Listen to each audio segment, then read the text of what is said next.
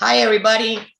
My name is Maria Elena González. I am the sculpture department chair at San Francisco Art Institute, and I also teach in the new genres department. We're launching the Studio Talk series today. We're the pilot program, and with us today is Julia Guzmán, who was one of my stellar students through the years 2014 through 16.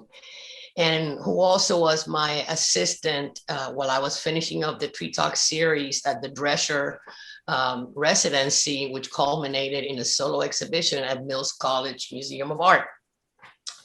So without further ado, let me introduce my co-conspirator in conversation, Julia Guzmán. Thank you, Maria. Welcome, Julia. Thank you. Hi, everybody. My name is Julia Aurora Guzmán, and I am from the Dominican Republic. And I started my studies here in Dominican Republic and then transferred to SFAI in 2014 to do 2.5 years there. So I graduated in fall 2016. And I did a BFA in sculpture while I was there. Yeah. Great. As you guys can see, we're in a virtual courtyard by the fountain at SFAI, but as virtual things are concerned, we're everywhere right now. And it's unprecedented circumstances, and there's some good things that are coming out of those circumstances, such as this possibility to have conversations across time zones and geography. So, Julia, could you tell us, when you were at SFAI, had you already decided that your focus was going to be sculpture? And if so, what were the classes at here that inspired you and moved you forward from your studies? Yeah. I did go with a focus on sculpture. I started my studies with a very technical school, and I went to SFAI because I knew it was going to be more of a conceptual. It was going to give me the conceptual balance with what I had before, but I knew that I really wanted to work with my hands, and sculpture was what I had thought of. But when I arrived to SFAI, I noticed that it was a very interdisciplinary school, and it was very open to all the departments sort of merging and mixing, and I really appreciated that. And I think that's what I think that essence stayed with me in my work up till now, that interdisciplinary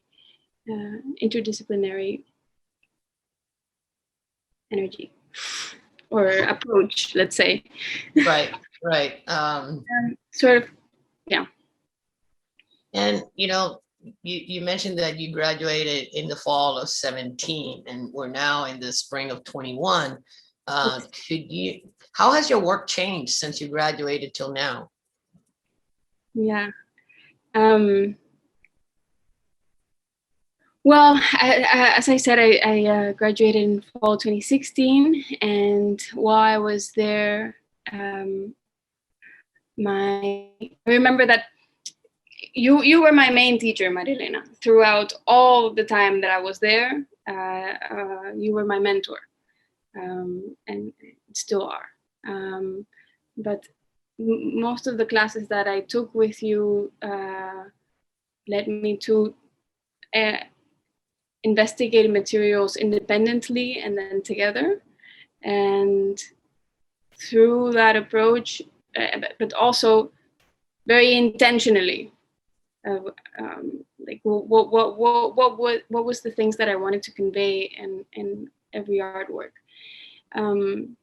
So with that, I remember that at SFAI I started working with the theme of support systems as a concept, as an umbrella concept, because I became very interested in how mostly in institutional methods of display, how different objects hold other objects, specifically in museology. And so that sense of care in that labor of an object holding another object stayed with me. And then after SFAI, I transferred it into architecture. So I started decontextualizing architectural elements, but still talking about objects holding each other. And that sort of continued to change. And now I'm working with still not only architectural elements, but still with the essence of support systems, but now more into the emotional support. So I have been lately doing a lot of columns, as I started in California, in San Francisco, and I started anthropomorphizing these columns, sort of have these columns as mirrors of us, to talk about what we need for our personal, what support do we need in our personal life, in our personal growth and processes. Wow. So these systems of support, are they also a metaphor for the systems that have been part of our cultures for many, many years? Like, would you be even thinking metaphorically to decolonize the systems through these kinds of workings, support and materials, and further into the columns and the mirrors of us? I mean, immediately I think of the caryatids, which are the female columns that support some of the Greek temples. Yeah. I'm not sure if I can relate to the caryatids, but I'm not sure I fully understand the question in the sense of, what do you mean if I want to decolonize support systems? Well, when you talk about the systems of support and analyzing a system, I was wondering if metaphorically it could expand into a critique of these other kinds of systems. So the actual materials that support each other are stand-ins for the systems that we are all part of. Yeah. So I was wondering if perhaps, if not now, it might be conceptually down the line to do so through those means. Yeah, I really love that question. And that makes me think that my initial approach to this concept was that I was mostly interested in the systems that were hidden. And in that way, I am trying to highlight those things that those ubiquitous systems that are among us and that we don't really pay attention or that we don't really value. So in that way, it could be a critique, but as you say, further on, I can do that critique more intentionally because I am talking about it, but as if what I'm doing has two sides, but I'm only paying attention to one. Well, it obviously has the other side implied, but I still have to sort of. I was just wondering because in at least in my work and in the forms that I use, the materials that I use, the visual language, even though it's mostly abstract or minimal or vestiges of architecture, there's not necessarily a hidden agenda behind it, but a specific reason to convey something that I don't necessarily want to spell out. And also that I like the viewer to be engaged a certain way for them to discover certain things on their own, rather than having the work spell it out and be didactic in that way. I like putting things out there for, the viewers to hopefully be engaged long enough to discover and add to and bring to their own experiences to the perhaps even prompts that I throw in there. So I was just wondering, because we're in very different stages of our careers. You're at the beginning, and I'm not quite the tail end yet. I think I have a few more years to go, but it's a different level of, I don't know, accumulation of information. Yeah. That sometimes is like too much information. I got to get rid of some of that stuff so I can start thinking fresh. And it gets harder when you have a lot of stuff in your hard drive. Does that happen to you? Not yet.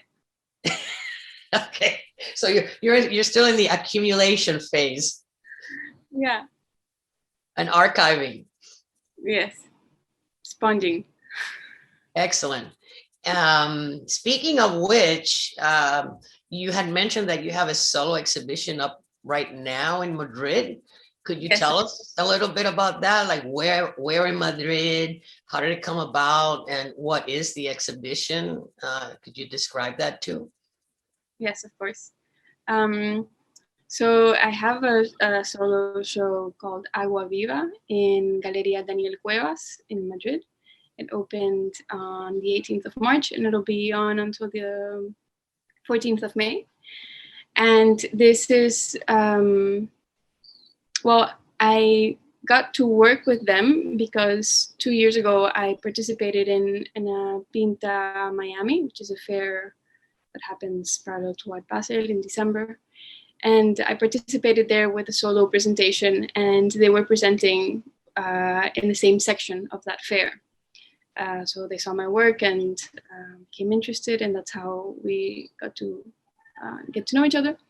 So last year, September 2020, I presented with them my first work in a group show, and now I'm presenting the solo show, which I'm very happy about. And this presentation has mostly ceramic works ceramic works and textile works. The ceramic works I made at ceramic residency in the south of the Netherlands called Sunday Morning at EKWC, European Ceramic Work Center, and textile works that I made in Amsterdam while I was living there. And the show is called Agua Viva because all the works relate somehow to water. And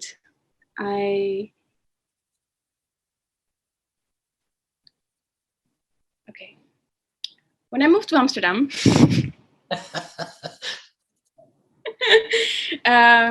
my sculptural work kind of, my visual work kind of shifted to because of the difference of studio spaces and materials and everything, I started working with textile. And so the first thing that came out was to make these wave patterns. And I immediately connected that to an intention of materializing my process of adaptation in this new country and city and culture.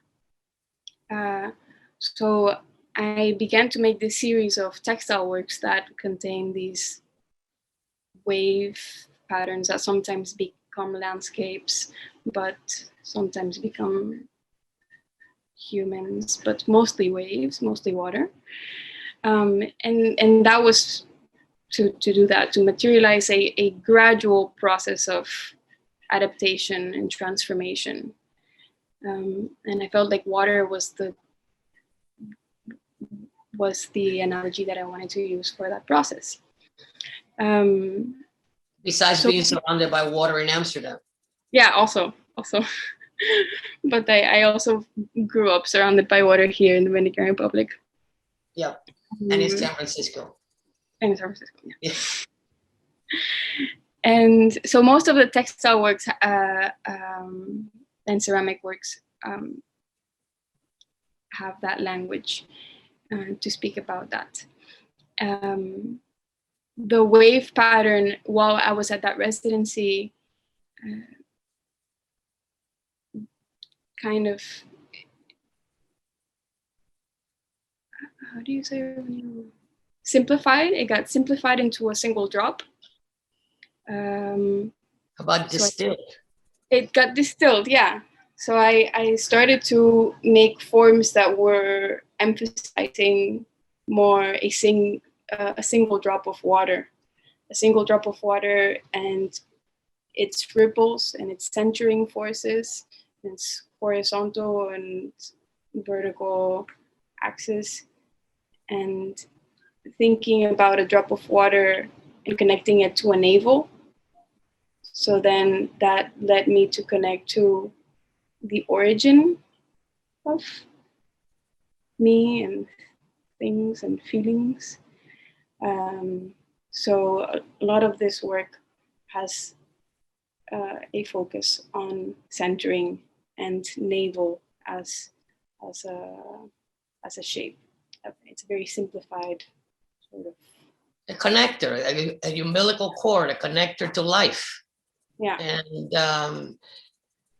I'm wondering too, not that it's explicit, neither your work nor mine is explicit, but there's, we're always so, or at least I can't speak for you, but in tune to current events. And, and even though I don't relate ecological starting points to my Tree Talk series, it is a concern about nature and listening to nature, as opposed to imposing ourselves in nature. And so I'm wondering, in the climate situation that we're in right now, if somewhere in the back of your mind, this concern about survival and water, without the oceans, we are not going to survive. And so, at the risk of sounding humanly selfish, we need to protect the environment if we want to protect ourselves. So yeah. I was wondering if that somewhere in there was also part of the thinking of connecting the concept of water as a life-giving force and, the umbilical cord to nourishment. For sure. Well said. I mean, that I connected to two directions. One is water and the visual language of water to represent our personal cycles and the cycles upon us that we need to, as you said, listen to and take care of. And also that's the wave patterns that sort of gathers that area of the concept. And then the navels and the drops of water are thinking about how we deal with change. So that centering force as makes me think of how can we center us as if we were in the eye of a storm. How can we find that calmness in our center in the midst of everything that is happening in all of the chaos? How do we find our calmness? And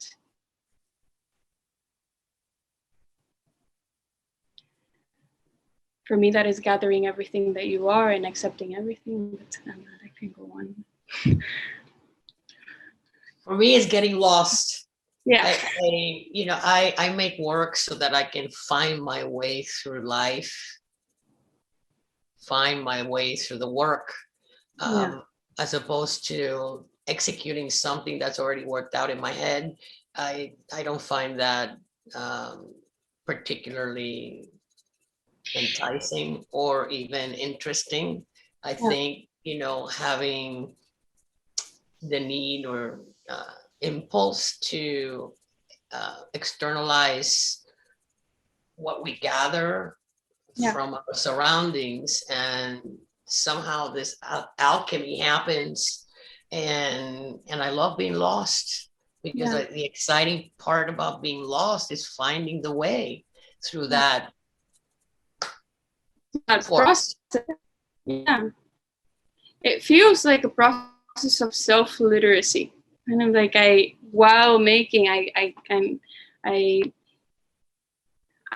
do like to bring concepts in my work that are universal and that everybody's going through it. In a way, I'm talking about something that everybody's going through, but I'm doing it. I have to say that when I make an artwork is because I need to process something myself and learn about myself while doing it.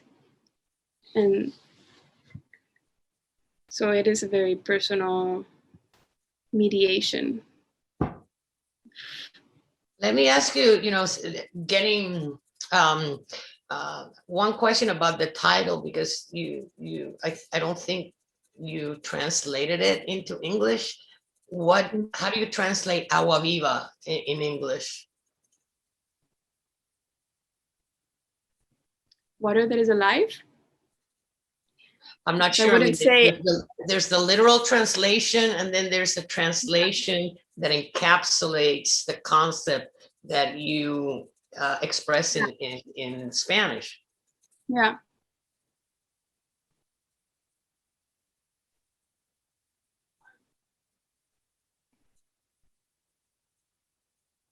Yeah, directly translated would be live water, but what I mean is life within water, and the life that water gives, Living and water. the living water, yeah, and the living water that exists and exists, and that we are living water.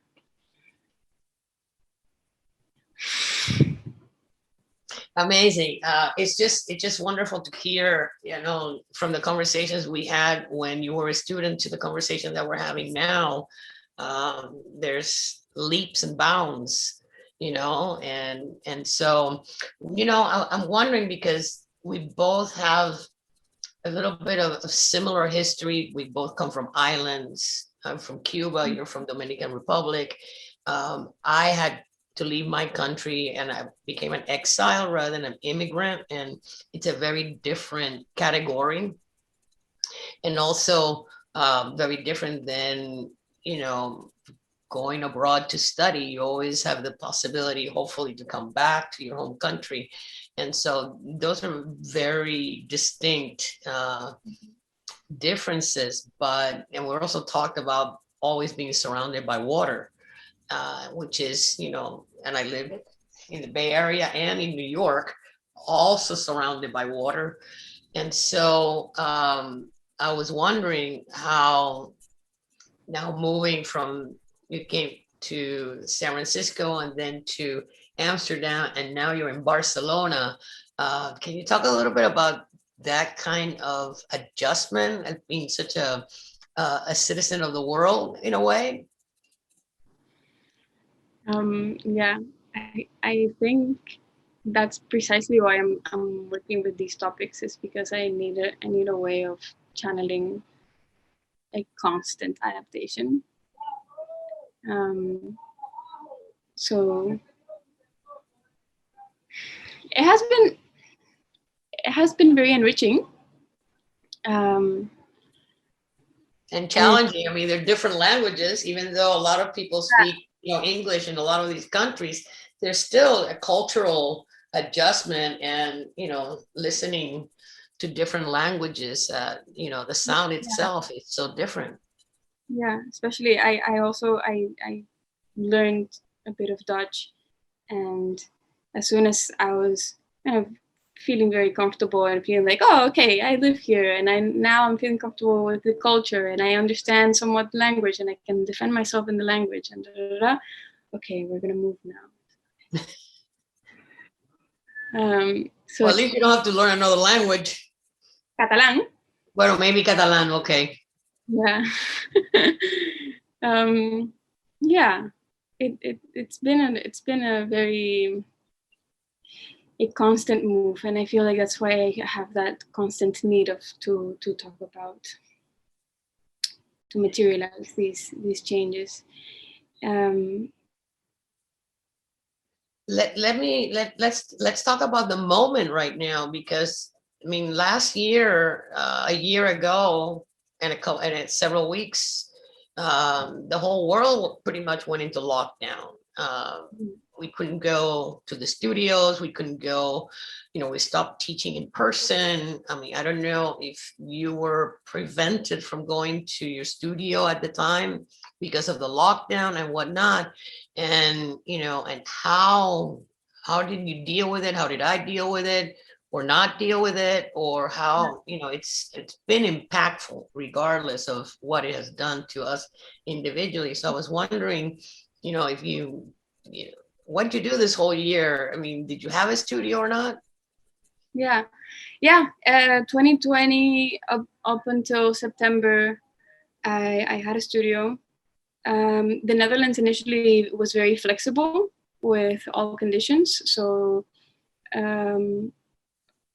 now is that they've have a curfew and that they're much more strict and everything is closed. But in the Netherlands in the beginning, they stayed quite open and flexible. So I could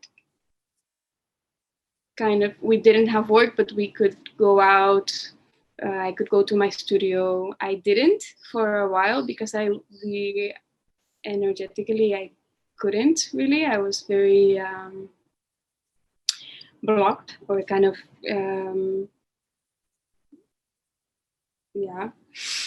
I was scared. I didn't go out. I said no way I'm going to go out. It's sort of like nobody knows how this thing is getting transmitted, and this is not the year for me. I have a few years of work that I want to do, and there's just no way that I'm going to chance it. And then the other thing was the possibility of passing it on to someone and having that responsibility. So I guess I'm a responsible person, and I just, between self-preservation and respect for other people, I just did not go out. Only to walk and keep safe distance. And New York was great. And, the New Yorkers masked up immediately. Only very few people would be without them. But and I'm not going to go into the whole thing that we went through at SFAI, which on top of it added to the trauma from last year. But I think the computer became my studio again, which I had used a lot because for several years I was going back and forth from New York to Switzerland and to Italy and to France and to Spain and to this and to that. And so I would work at the airport terminals. I would be putting together my projects and whatnot. So, it's not my favorite mode of working because I like doing things with my hands and getting dirty and not thinking about what I have to do, but just do it and then look at it. And so it was a bit, and still is, quite frustrating, but I think managing the time, managing the health, eating well, doing exercises, whatever you need to do, meditate, or your spiritual guru, whatever, to keep sane. I mean, the sanity aspect I found challenging because basically I became a prisoner in my own home. Yeah. What? Yeah. So. Yeah, I can relate. I also had that moment where I was like, oh. I can't hear you right now. I don't know why. Can you hear me now? Yep. I also had that moment where I decided I would just do computer work. And I actually have had many months of, you know what, I'm just gonna do all the administrative things that I always put aside. And so I did that a lot. Until then I accepted to be part of that group show that happened in September in Madrid. So then that gave me energy to go back to the studio and keep working. But that was the only, I did it because something pushed me to do so, apart from myself. And after that, I moved from September to December to that residency. And I think those were the 3 most work intensive months of my life. Worked immensely, and it was sort of like a COVID bubble because we were 15, 18 participants, but nobody left the space, and everybody was working, everybody took their space, but it was kind of a COVID bubble. So I was just there working. I mean, I'm astonished that, you know, people kept working, even though we found ways of working, you know, with what we have, because what else are you going to do?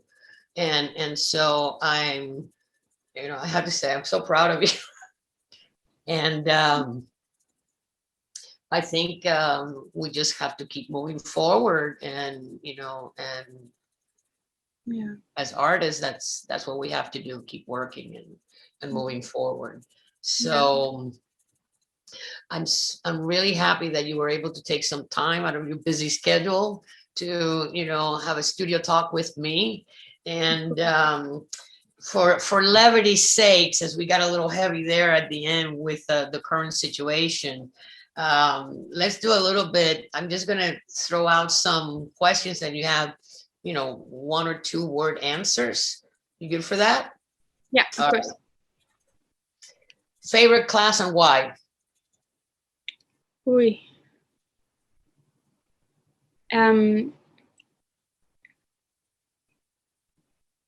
At SFAI. Yeah.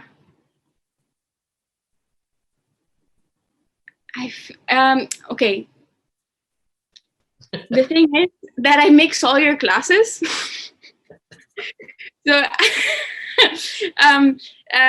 So, I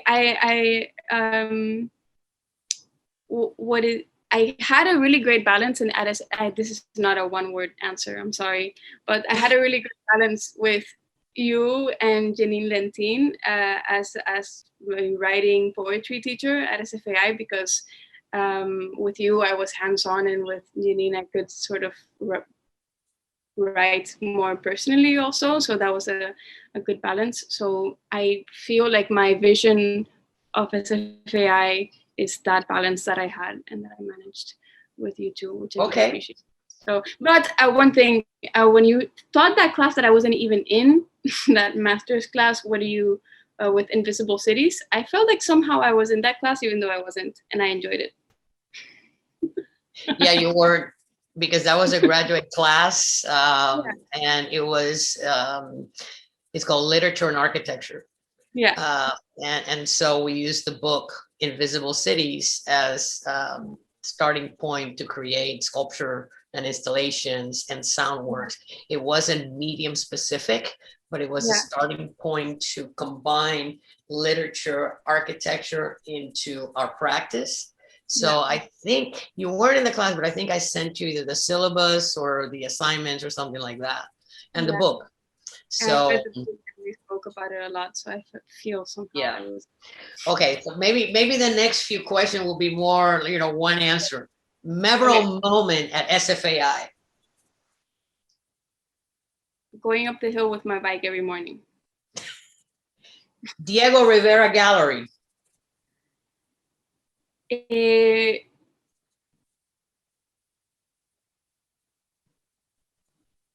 Yeah, I exhibited there like 6 times. So I like that gallery. I appreciate it. I appreciate it every week. Okay, short answer. Continue. Okay. Color or black and white? They're Siamese. I don't know. SFAI courtyard or fountain? Quad. So the fountain or the quad?